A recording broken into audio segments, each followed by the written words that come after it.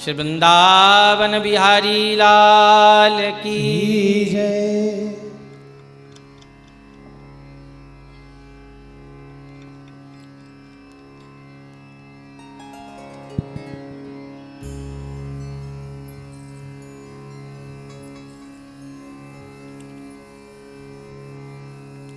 अस्ति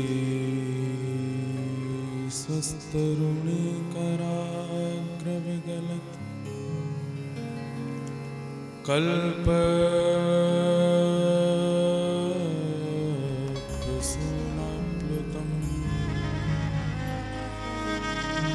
वस्तु प्रस्तुतवेणुनादलहरी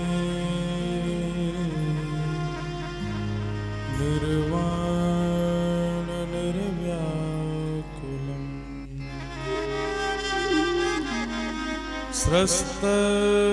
स्रस्तनिबद्धनी विविलसद्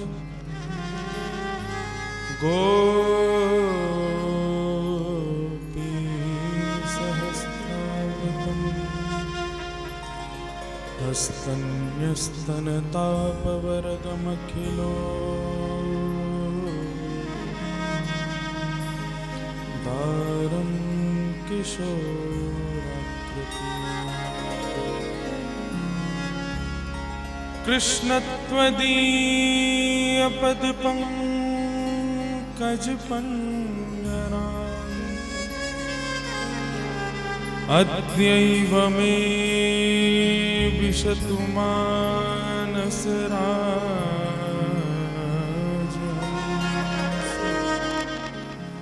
प्राणप्रयाणसमये कफवातपित्तैः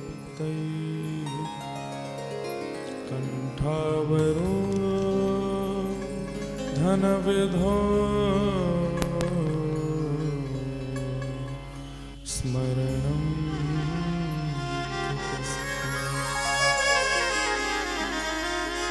जय जय श्री राधारमण जय जय नवल किशोर जय गोपी चित चोर प्रभु जय जय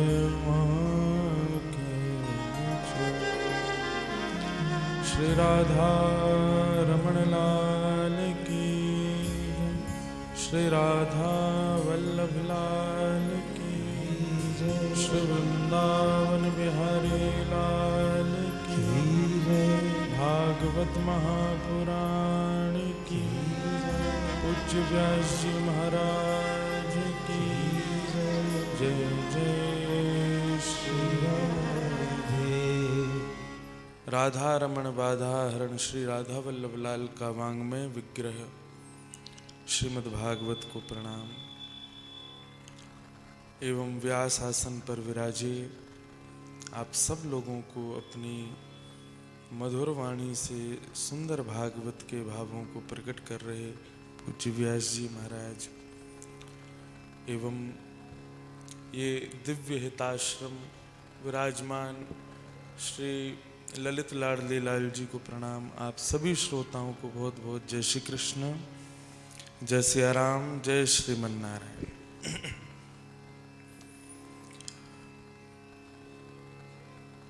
परमानंद के साथ में पूज्य व्यास जी महाराज के मुख से श्री उद्धव ब्रजवासी संवाद एवं श्री उद्धव गोपी संवाद का सुंदर भाव श्रवण कर रहे थे।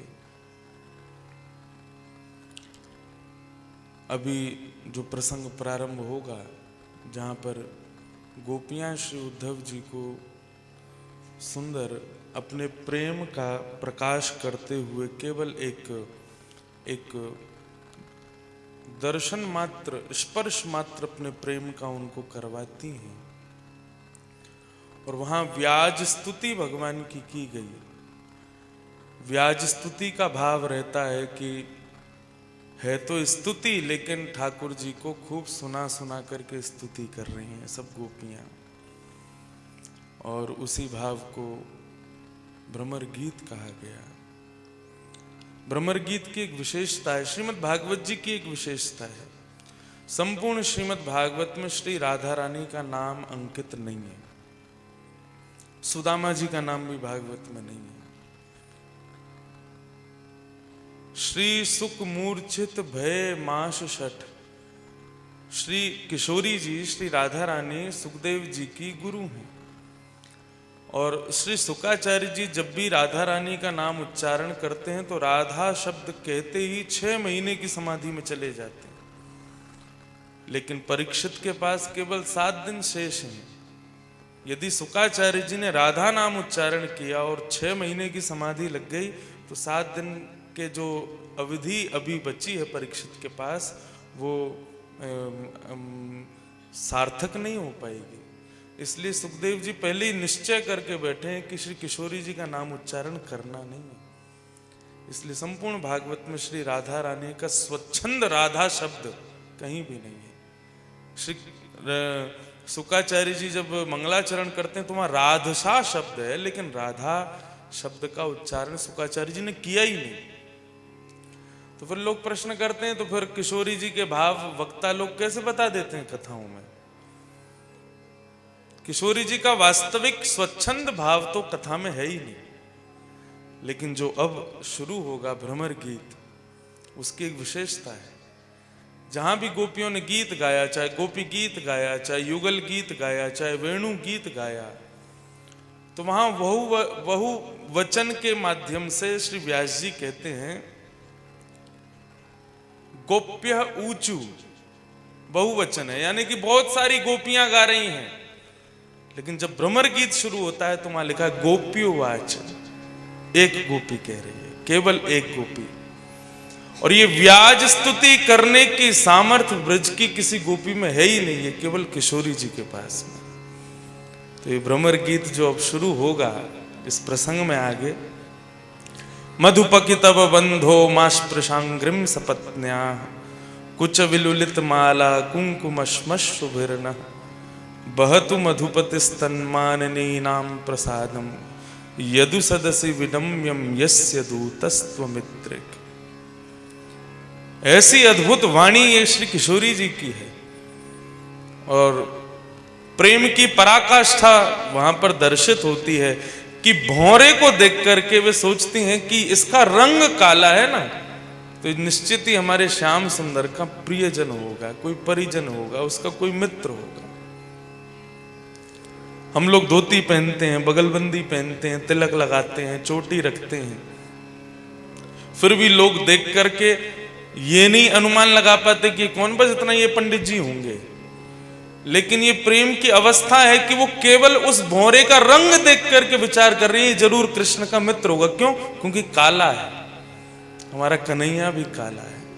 ये प्रेम की पराकाष्ठा है कि हम जब प्रेम अनंत होता है ना तो हर व्यक्ति का गुण हम अपने प्रेमी से कंपेयर करते हैं, ये गुण तो उसमें भी है, ये गुण तो ऐसा तो वो भी है, ऐसा तो उसका भी स्वभाव है। तो ऐसा भ्रमर गीत, व्याज स्तुति भगवान की श्री किशोरी जी करती हैं भागवत में। श्री युगल गीत में आता है कि गोपियां भगवान कौन सा राग बजाते हैं वंशी में, तो वहां पर युगल गीत में वर्णन है समनस राग बजाते हैं। समनस राग का भाव क्या है?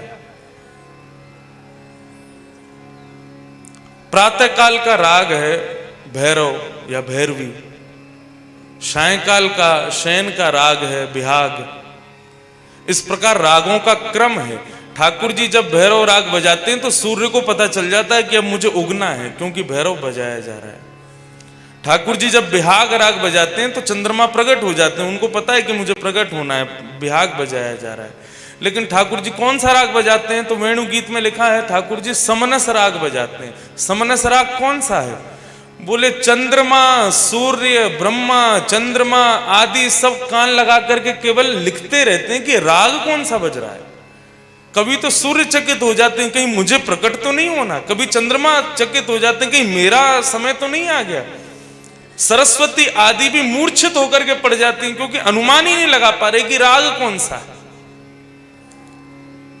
तो समस्त देवी देवताओं ने ठाकुर जी को संगीत का स्तंभ बता करके उनको सर्वश्रेष्ठ बताया। आपसे बढ़िया कोई कलाकार संगीत का है नहीं। ये बात जब ब्रज की गोपियों को पता चली तो सबने जाके किशोरी जी से कहा कि कन्हैया आजकल संगीत के बहुत बड़े विद्वान घोषित कर दिए हैं। ठाकुर जी तो किशोरी जी कहने लगी तो ठीक है, तो फिर आज शाम की लीला में हम प्रवेश करेंगे। ठाकुर जी समनस राग बजा रहे थे, ऊपर से देवताएं सब पुष्प वृष्टि कर रहे थे, दुमडुमियां बजा रहे थे, आनंद कर रहे थे। ठाकुर जी ऐसा राग बजा रहे हैं कि इंद्र का सिंहासन नृत्य कर रहा है। सूर्य चंद्र आकाश में दोनों एक साथ भ्रमण कर रहे हैं। उनके सुंदर वेणु की ध्वनि को सुनकर के सारा ब्रह्मांड नृत्य कर रहा है। लेकिन आज किशोरी जी पधारी और हाथ में वीणा लेकर के आई। जब श्री किशोरी जी आज रास में प्रवेश करती हैं, ठाकुर जी के सन्मुख एक मंच बनता है, उस पर किशोरी जी विराजमान हुई और भाव था ठाकुर जी का कि जहां हम छोड़ें वहां से आप प्रारंभ करना। एक संगीत का कंपटीशन हुआ दोनों में, प्रिया प्रियतम में। तो ठाकुर जी ने जिस स्वर पर वंशी को विराम किया, उस स्वर का पहला स्वर केवल किशोरी जी ने अपनी उंगली से तार को झंकृत करते हुए जब वीणा को बजाया, तो पहली झंकार से ब्रह्मा आदि देवता सब मूर्छित हो गए आकाश में। और जब उन्होंने दूसरा तार छेड़ा तो ठाकुर जी की वंशी हाथ में बैठी बैठी पिघलने लगी। तीसरा तार जैसे ही छेड़ने लगी तो ठाकुर जी दौड़ करके गए, चरणों में प्रणाम करते हुए अपनी संगीत के मूर्धन्य विद्वान की उपाधि श्री किशोरी जी के चरणों में अर्पित कर दी। बोले कि मुझे क्षमा करें, आप इससे आगे बजाएंगी तो मैं भी पिघल जाऊं। तो ऐसी हमारी श्यामा जू है, ऐसी किशोरी जू हैं।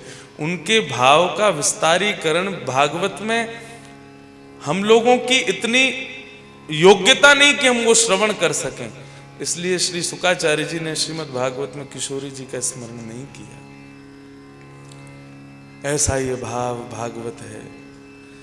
इसमें ये सरिता है और सरिता के नियम होते हैं कि उसमें ज्यादा भीतर प्रवेश मत करो, बाहरी स्नान करो, जंजीर पकड़ करके नहाओ, आदि आदि कई भाव है।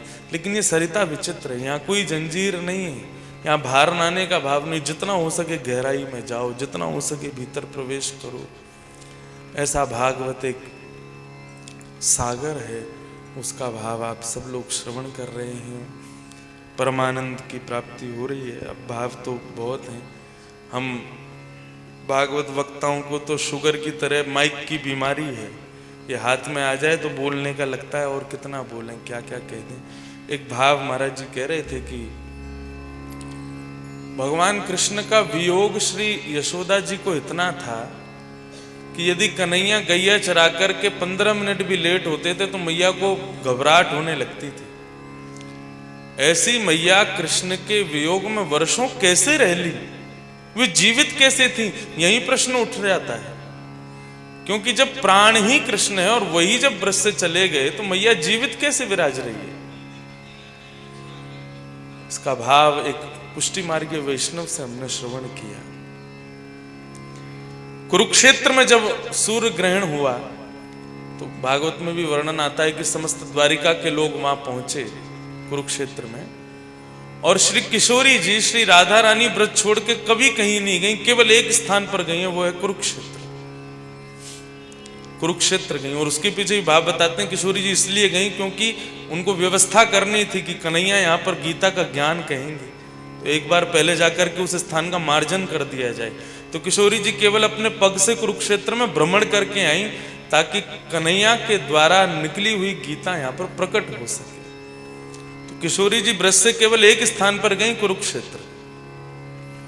कुरुक्षेत्र में जब ब्रजवासी मिले तो मिलन भी हुआ, द्वारिका के सब लोग उनसे मिले भी। कन्हैया मिलने के लिए यशोदा मैया को लेकर के आए द्वारिका के शिविर में, अपनी समस्त पटरानियों से मिलवाया, अपनी समस्त पुत्र पौत्रादियों से मिलवाया। सबसे मिलने के बाद में जब सब चले गए तो भगवान मैया के साथ एकांत में बैठे हैं। माँ की नेत्रों की ज्योति जा चुकी है, बहुत धुंधला दिखता है। तो यशोदा मैया से ठाकुर जी पूछते हैं, मैया मुझको एक बात बता, मेरे विरह में एक क्षण भी तो को इतनो व्याकुल कर दे तो कि तो को घबराहट होने लग जाती, तो रोने लग जाती। इतने वर्ष बीत गए मुझको व्रत छोड़े, तू अभी तक जीवित कैसे? तो यशोदा मैया ठाकुर जी से के लाला मुझको एक बार हृदय से लगा अपने। तो ठाकुर जी ने जैसे ही मैया को अपने हृदय से लगायो तो मैया के हृदय में एक स्वरूप विद्यमान था। कौन सा स्वरूप? ठाकुर जी ने गिरिराज पर्वत धारण किए हैं, अपनी इकन्नी उंगली पर 7 कोस लंबे चौड़े गिरिराज पर्वत को धारण करके ठाकुर जी खड़े हैं। उस समय एक तक ठाकुर जी की ओर यदि कोई देख रहा है तो वो श्री यशोदा जी। वो छवि ठाकुर जी की, कभी तो मैया को लगता कहीं मेरो लाला परमात्मा तो ना है, फिर मैया खुद को समझाती ना ना मेरो लाला परमात्मा ना, ये तो मेरो लाला ही है। फिर लगता है इतना बड़ा पर्वत उठाया तो कहीं परमात्मा तो ना है, कहीं ईश्वर तो ना है, कहीं मैया इस बात से अनुष्ठान करती है कहीं मेरो लाला भगवान नहीं बन जाए, क्योंकि भगवान बन जाएगा तो मुंह से दूर चलो जाएगा। तो मैया के हृदय में वही स्वरूप 24 घंटे रहता है। ठाकुर जी ने गिरिराज पर्वत धारण किया। मैया यशोदा ठाकुर जी से कहवे, लाला तू तो चलोगो लेकिन तेरो निगोरो ये रूप मेरे चित्त में बैठो है, या के ताई में अभी तक जीवित बैठी, ज्यादा ना ये रूप मेरे हृदय से चलो जाएगा, मेरे प्राण चले जाएंगे। वास्तव में मैं जीवित या स्वरूप की वजह से हूं अभी तक जीवित। ठाकुर जी ने उस स्वरूप को अपने हृदय में विराजमान किया और कलिकाल में उसी स्वरूप को श्री गिरिराज पर्वत से श्रीनाथ जी के रूप में प्रकट कर दिया। तो श्रीनाथ जी जो हैं, क्योंकि हमारी सेवा में भी श्री गिरधर लाल है, श्रीनाथ जी, ये श्रीनाथ जी यशोदा जी के हृदय के स्वरूप है, इसलिए उनकी सेवा यशोदा के भाव से की जाती है, इसलिए उनकी सेवा अर्चना सब उसी भाव से की जाती है। तो ऐसे कई कथाएं हैं, कई भाव हैं। ये मंगलमयी कथा का प्रसंग आप सब लोग श्रवण कर रहे हैं। परमानंद, परम उत्साह आप सब लोगों का ऐसा वर्धन होता रहे। कथा के प्रति इस भावना को रखते हुए महाराज जी को प्रणाम करते हैं, व्यासपीठ को वंदन करते हैं। आप सब लोगों को नमन करते हुए अपनी वाणी को श्री ललित लाडली लाल जी के चरणों में प्रणाम करते हुए वंदन करते हैं। श्री वृंदावन बिहारी लाल की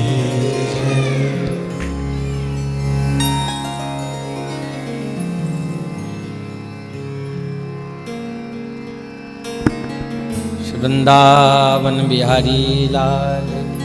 पूज्य आचार्य श्री का दर्शन एक बार हरिद्वार में हुआ, आश्रम में महाराज जी के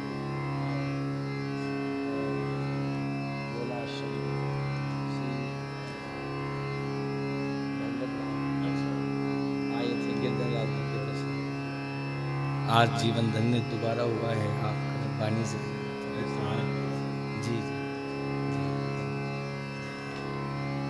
श्री बांके बिहारी लाल।